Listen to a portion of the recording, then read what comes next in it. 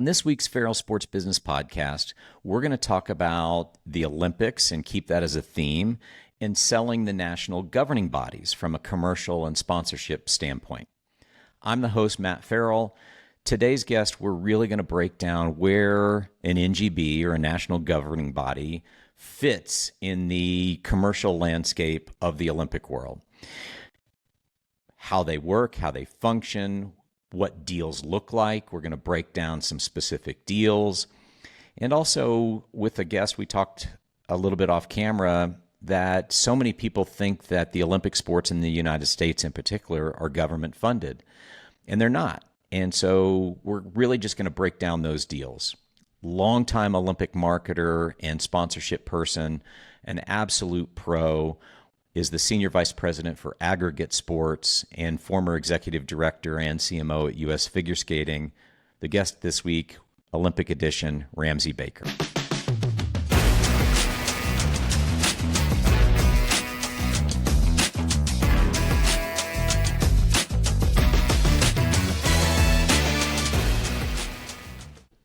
Ramsey, welcome. So excited to talk to you today. Matt, thanks for having me. I'm excited to join you, and especially at this crazy and important time of year as we look forward to tomorrow and the kickoff of the Olympics. Oh, I love it. It's an exciting time, and I'm actually more excited about this one than I have been in a long time, so it should be a fun one. Well, we're going to get to a lot, especially, but I want to start with your career. Can you give us the overview of Aggregate Sports, your role, and then we'll talk about a little your path, how you got there. Yeah, great. Aggregate Sports, I've been with the company for about a year and a half now, but it feels much longer, and it feels longer because of the fact that I've known the co-founders of the company for a decade and a half. I worked with them as clients while I was at U.S. Figure Skating in various different roles. Both when they were Aggregate and then when they founded the company in 2020, but then also before that when they were with previous companies, helping us on the sales of sponsorship packages and our media rights associated with U.S. Figure Skating. And so it was really great to be able to kind of join them and now be on the other side of those relationships after spending so much time getting to know them. And that time, I mentioned U.S. Figure Skating. I was there for 18 years. The first 16 in various roles across I would say, external relations, from sponsorship and media rights, communications, marketing, some of our fundraising. And then the last two, I served as the executive director of the organization. So have been around the Olympic movement for quite a long time. And at Aggregate, we continue to have a lot of NGB partners, which for me is a great way to kind of stay connected into the movement, stay connected with people that I developed relationships with over the years, and really feel like I can contribute not just with one sport now, but across multiple sports within the Olympics. So as you look at Aggregate, and we're going to get into some specific clients and examples a little bit later, but how do you try to position the agency? What's your niche? Is there one? What's your specialty, maybe? Yeah, we are a boutique agency. So we're small. We're pretty nimble. We're New York City based. I'm based out in Colorado Springs, though, to be able to manage a lot of our relationships in the Olympic space. We also have somebody who's based in Atlanta who does some sales for us. We have offices in London as well. So we're kind of diverse in who we represent and we work with. NGBs for sure, but then we also work with a number of sport properties that I think fit into the same world or the same realm that national governing bodies do. Tremendous assets, usually a lot of history, but maybe not the internal infrastructure to be able to fully take advantage of those commercial aspects that they have and be able to drive as much revenue as they'd like to be able to through those assets. It could be from the fact of an NGB a lot of times being nonprofit, they don't have the staff, to also some of the properties we work with. Maybe you're just startup. They're getting their feet underneath them. They don't have the resources to be able to pour into the sponsorship sales side of things or media rights area.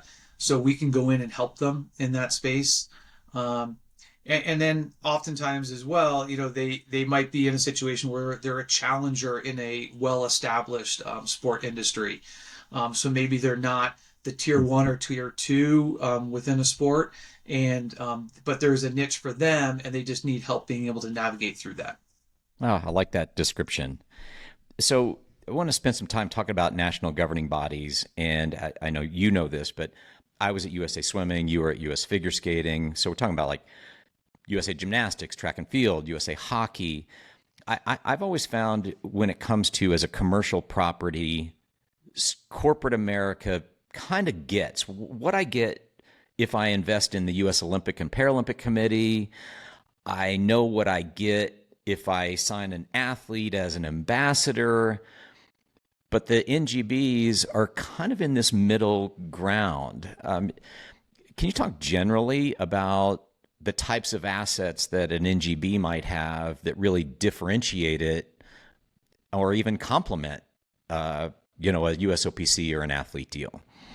Yeah, it's interesting, Matt, and I have this conversation all the time with people, and you lived it. We've talked about it in the past too, when we sat in a room, years and years ago, and I think when we were trying to pool assets together from, no pun intended, from swimming and figure skating and maybe some others to try to figure out how to make it work. I would say that even most corporations and brands understand what they're going to get when they do a deal with a major stick and ball sport and with an athlete from a professional sense, and maybe more on the collegiate side now as NIL has really expanded, and those deals are getting done. I still don't think that there's a full awareness and understanding of what they're going to get when they do a deal with the IOC or the USOPC or LA28. I think a lot of brands go into it thinking it's going to be the same type of situation that they're going to get into when they do a professional sports deal. And it's not. It's completely different. When you're buying the rings and the rights to those rings, you're kind of getting that notoriety and you're getting that brand association, but you don't have necessarily the games or the extensions into the fan base quite the same way that you would. You don't have that authentic connection to the people who are living the lifestyle of whatever sport that might be you're interested in. And I think that's where the NGBs really come into play. Because when you work with an NGB, not only are you tapping into the fan base, but you're tapping into that lifestyle aspect, their membership. The mass majority of national governing bodies have a membership base that is kind of their backbone. So you're getting people who are not only kind of following the sport and participating in the sport, but those who are facilitating participation. So coaches, officials, parents, and those aren't things that you touch on when you do a deal with an NBA or a Major League Baseball or NHL, NFL, those kind of things. You're really just touching on fans when you get into those types of deals. And when you do a deal with the USOPC or the IOC, you're really on the top tier of the elite, and you don't have that connection point to really where the sport is rooted. And NGBs really offer a unique way to connect there. It's a great description. I always found and this is an oversimplification, but some of those deals are very either media, like the USOPC IOC level, very media driven or intellectual property driven. I always used to describe swimming as quality audience and immensely loyal. They're the people who are at events and tournaments for weeks at a time, days at a time. And maybe that has its downsides in other areas, but from a sponsor standpoint, I felt that bred immense loyalty to partners that are involved in their sport. Yeah, loyalty, passion. I think what's interesting is brands have become very, very aware of who their audience is.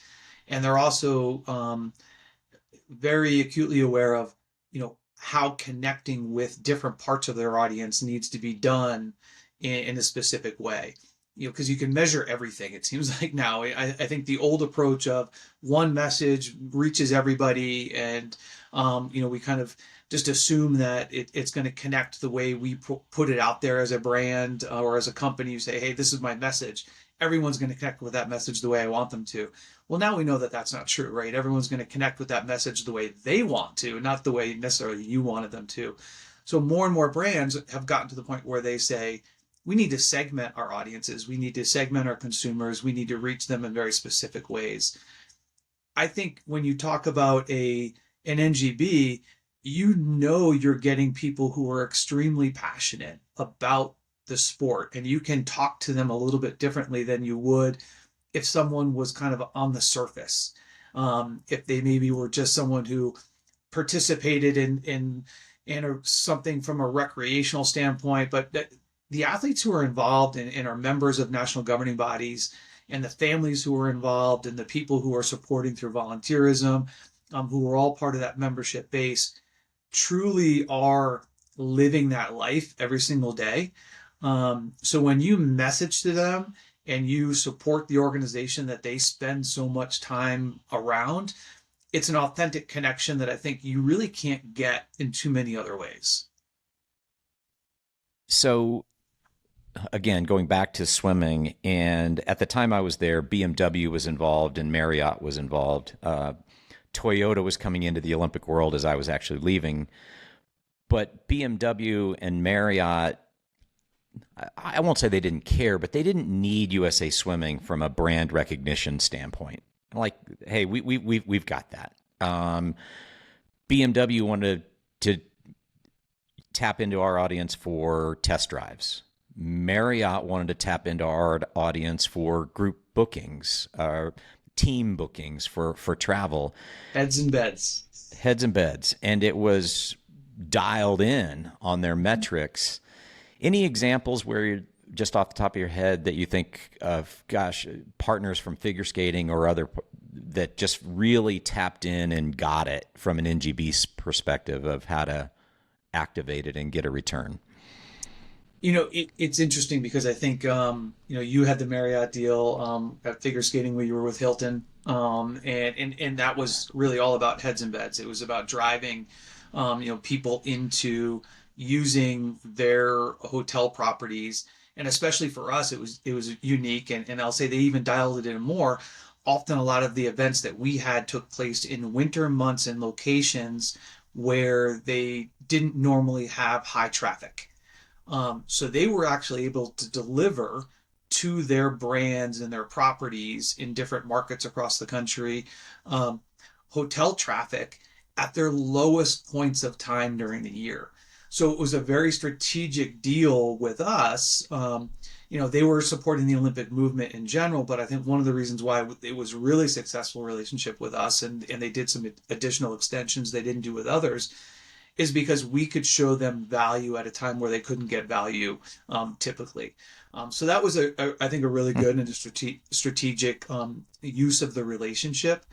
I would say, it's interesting too. We had a partnership with, when I was at figure skating, with P&G for a while when they were still active in the area of makeup more so than they are now. And obviously with figure skating, there was a lot of use of makeup, and the audience and the profile there fit them very well. But they actually got trial and would set up, a figure skating event. Typically, if you've ever been to one, people go to the practice all morning long, then they go to the competition all afternoon, and then into the night. And oftentimes they're at the arena for, 8 hours at a time, or more, which is a really long time. And P&G and the makeup brands leaned into that and actually created like refreshing stations where people could get their hair and makeup done using their product and showing them how that product could be used on the go. And it didn't have to be just apply in the morning. It could be here's the way you can use X, Y, or Z product throughout the day to be able to keep you feeling fresh and keep you feeling new and, the way you wanted to present. So again, that was a very strategic use because they saw how our fans activated around the sport. And they said, oh, wait, that's a great way for us to tell our story in an authentic way that could be then used across social media campaigns and in other ways to connect with others who maybe weren't at the event. So now the U.S. officially has two domestic Olympic Games coming up. LA 28 for the summer, Salt Lake 2034 for the winter.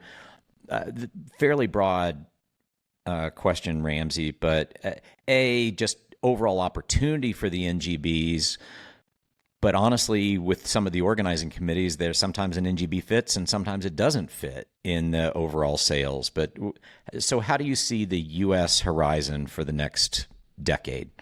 Yeah, the next 10 years for Olympic sport in the United States is going to be critical. I think it's, obviously taking advantage of the opportunity that lies ahead with LA in 28 and the momentum that'll take all the way to Salt Lake in 34. And I think those organizers have made huge commitments financially to bring the games to the United States. And I think one of the things, and I kind of get on the soapbox a little bit about this sometimes when I talk to some of my colleagues in the NGB world and those across, and I just say, because I think there's always been this feeling of like, hey, we should benefit from, and we should be able to get this, or we should be able to get that when the Olympics come to the United States, and I'm often pushing now the fact of step back from that a minute, realize this is more of an opportunity, but it's an opportunity that you have to take advantage of. I think the NGBs that are extremely proactive and those who say this is a time for us to invest in ourselves, invest in our membership, and invest in our growth, and maybe be willing to take a little bit more strategic risk than they've taken in the past. I think those are the national governing bodies that you're going to see flourish and get the most out of the opportunity that comes with two domestic games 6 years apart. I think the national governing bodies that kind of sit back and almost take the approach of, well, the games are coming to the US, I'm a US NGB, I should get this or I should get that as a benefit from it. I think those days are gone. I think maybe there used to be a little bit of that kind of trickle down and it just happened. I think you can still have the same successes and probably even more than you had before, but I think it now needs to be something that you go out and take. Not every NGB is going to be set up to be able to do that. I think that's where, a company like ours at Aggregate can be extremely helpful in helping them put a strategy together and maybe execute against it. But what I would really love to see is that all of the NGBs kind of realize this is our moment. Let's make it happen and not wait for it to happen. It's great advice. So I want to maybe anatomy of a deal, key elements, not exactly a speed round, but the context is if I sponsor a minor league baseball team, I pretty much know what I'm going to get. I'm going to some stadium signage, some hospitality, some tickets, some IP. Same with maybe if I sponsor the Denver Broncos. But a lot of these deals you construct are a lot more creative than that. The assets are just different.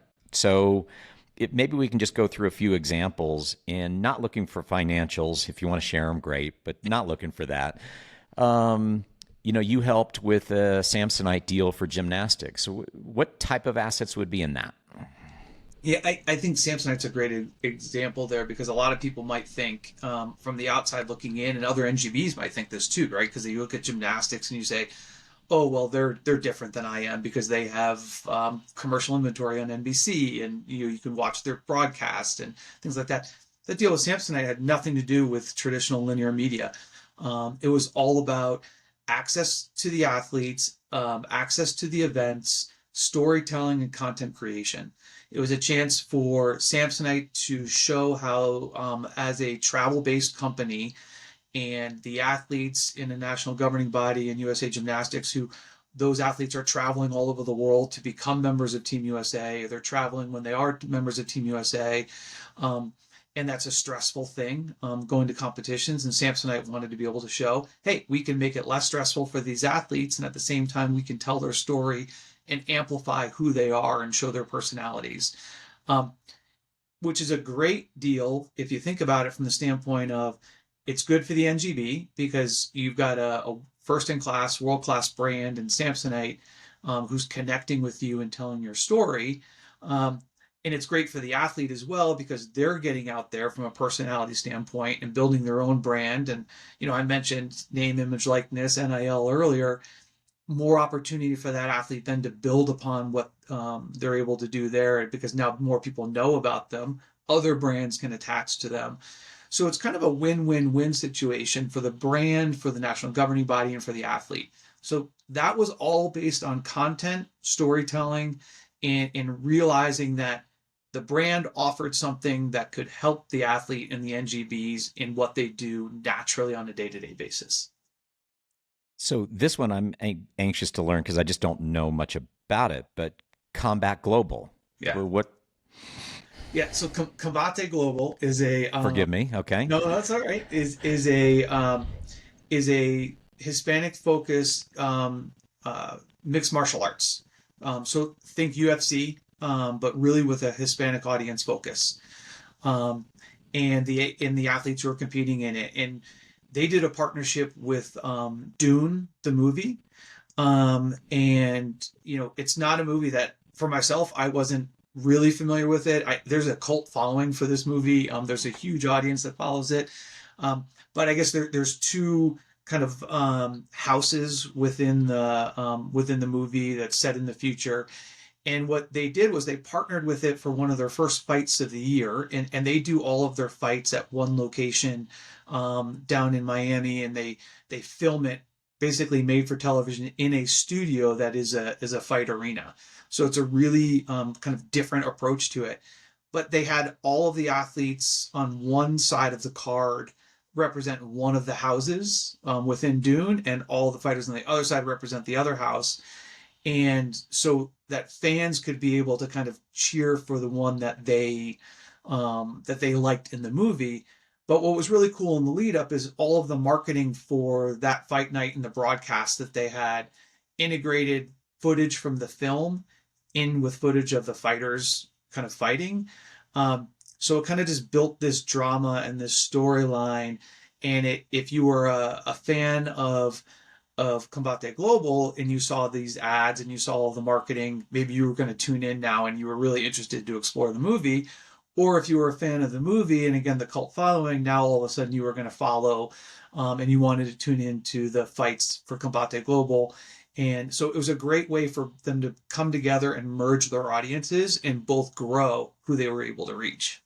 How about one more, and then I want to just talk about your early career and start in sports, but the soccer tournament with Pat McAfee.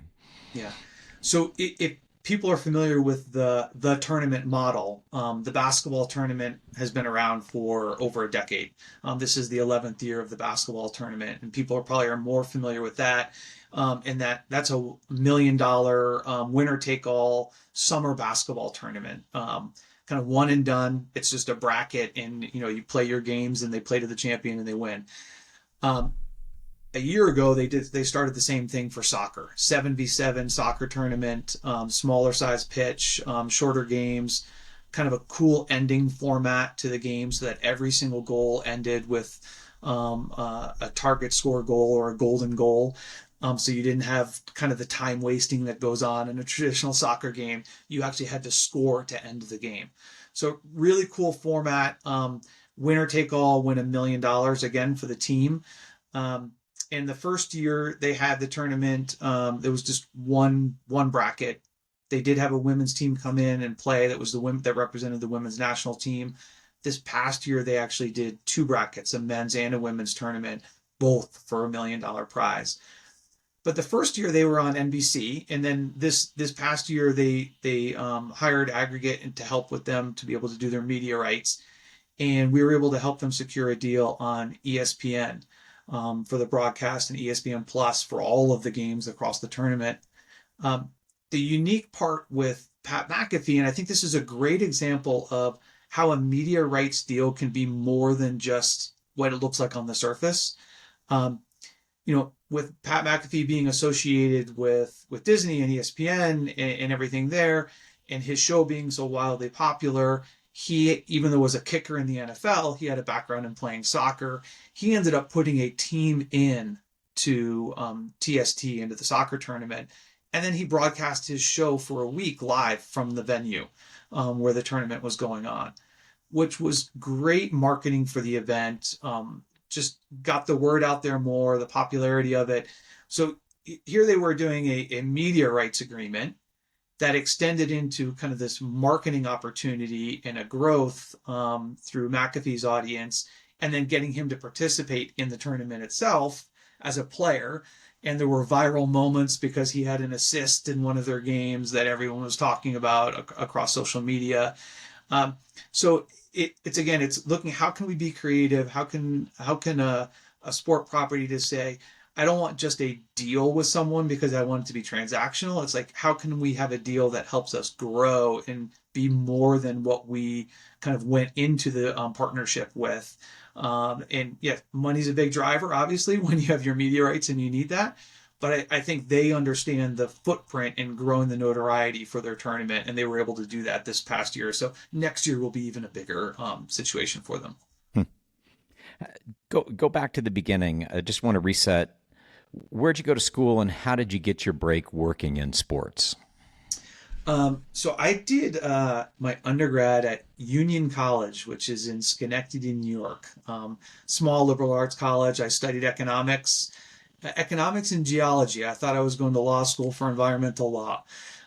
That changed very quickly. I actually didn't know that one.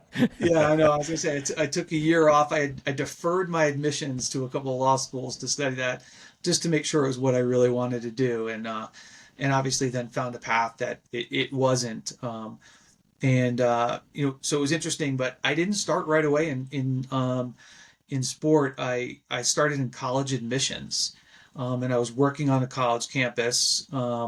I was doing some coaching, at a local high school. I was helping out a little bit with one of the teams on campus.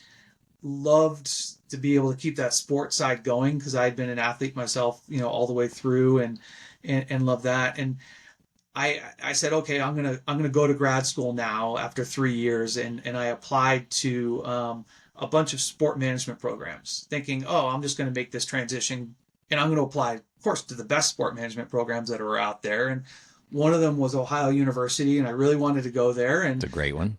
Yeah. I didn't get into the program, and I was shocked. I mean, my scores were good. I was a good student in undergrad, and I went and I met with them afterwards, and I said, "Hey, why didn't I get in?" And it was probably the best advice in the career break. It's interesting to think that you get a career break when you get rejected on something, but I was told that you don't have any experience in sport. We want people who are not making a transition in their career. We want people who know that they want this to be their career, to come into our program. So I was like, okay. And I took that to heart. And I worked for another year in college admissions, but I took vacations during that year to go do little internships, a week here, 2 weeks there. All of my vacation time that next year was spent kind of finding internships in sport that I could get experience with. And I was always, the guy who was a few years out of college who had a real job, and there were freshmen and sophomores in college who were working as an intern as well. So it was kind of a unique setting, but I ended up meeting the person who then hired me into my first job in the sports industry through one of those internships. So and then later down the line, ended up going and doing my MBA at Georgia State, and worked in the athletic department and got into college athletics. But I think it was a really interesting time for me, because I just thought it was going to be such an easy transition because I loved sport. But that advice was great because it led into then the experiences that showed me all the different aspects that the sports industry had and where you could go as a professional in it. And it, I guess, maybe set my mind right from the very beginning that it was an industry you were going to have to really network and build relationships in if you wanted to be able to move on and succeed. Oh, it's excellent advice. I didn't know that whole bootstrapping story from your background. That's great. It's a long time ago now. We can gloss over that part. So, anything I didn't ask you could be a shameless plug for something that you or Aggregate are working on. Just you get the final word. Oh, the final word. I guess my shameless plug will be more about and hopefully this word gets out to brands. So I'll put it out there into the the ether, so that people can kind of start to understand it, believe it, and talk about it.